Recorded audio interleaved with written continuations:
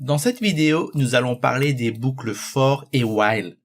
Une boucle for permet d'exécuter un même bloc de code plusieurs fois pour chaque élément d'un ensemble.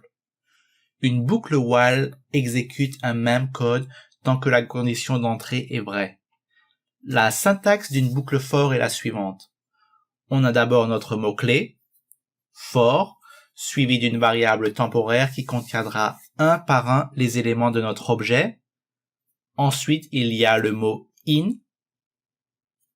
suivi de notre objet, suivi des doubles points. Ensuite, nous allons à la ligne. À la ligne, il faut mettre un retrait, en général 4 espaces ou une tabulation. L'important, c'est d'être consistant dans notre code. Puis, nous pouvons désormais ajouter notre bloc de code qui sera exécuté pour chaque élément. Si nous voulons ajouter une autre ligne, il suffit d'aller à la ligne avec exactement le même retrait. Python comprendra ainsi qu'il s'agit du même bloc de code rattaché à cette boucle for.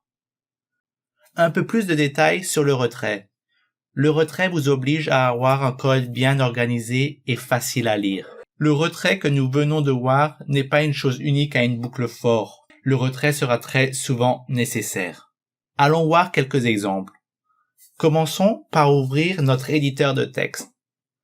Créons un fichier text.py, par exemple, et commençons par créer une liste.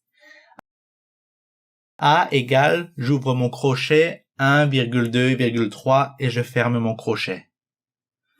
Faisons une boucle for pour afficher les éléments de cette liste un à un.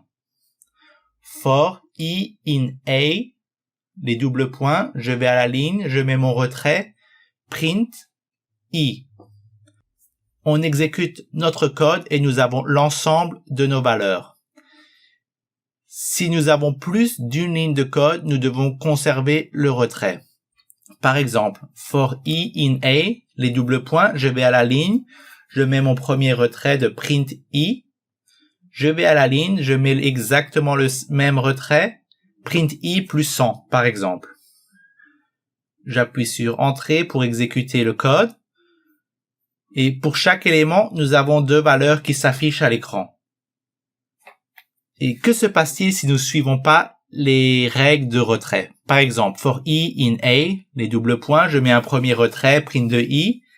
Quand je vais à la ligne, au lieu d'avoir 4 espaces, je vais seulement en avoir 3. Et je fais print de i plus 1. Donc seulement 3 espaces au lieu de 4 comparé à la ligne précédente. Et là, on a un message d'erreur d'indentation. De la même façon, pour la boucle while, nous commençons par notre mot-clé, suivi d'une condition d'entrée qui indiquera si oui ou non le bloc de code attaché à cette boucle while sera exécuté, suivi des doubles points. Le code à exécuter commence par un retrait, généralement 4 espaces.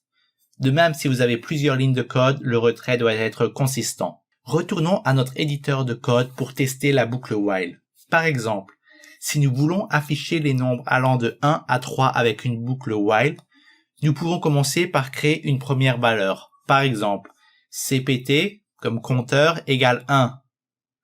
Donc, while, cpt plus petit ou égal à 3, je mets mes doubles points, je vais à la ligne, print cpt. Et avant de sortir de la boucle while, je dois ajouter une seconde ligne où j'incrémente mon compteur de 1. Donc, cpt plus égale 1. Si on oublie d'incrémenter le compteur de 1, la condition cpt plus petit ou égal à 3 sera toujours vraie et nous avons une boucle infinie. Voilà. Maintenant, exécutons ce code. Vous voyez que l'ordinateur affiche bien les nombres allant de 1 à 3. Pour finir, il est tout à fait possible de combiner les boucles for et while. Par exemple, une boucle for dans une boucle for va ressembler à cela. For i in 1, 2, 3, 4, je mets mes doubles points, je vais à la ligne, je mets mon retrait, et là, je peux créer une nouvelle boucle for. Donc, for, g, in, a et b. Et je vais à la ligne, et là, je mets un nouveau retrait qui est rattaché à la deuxième boucle for. Et j'écris print de i et de j. Donc, pour pouvoir afficher les deux variables temporaires. Donc, remarquez bien que nous avons un premier retrait pour notre première boucle for et un deuxième retrait pour notre seconde boucle for. En exécutant, vous voyez que nous avons l'ensemble des combinaisons de nombres allant de 1 à 4 et de A à B.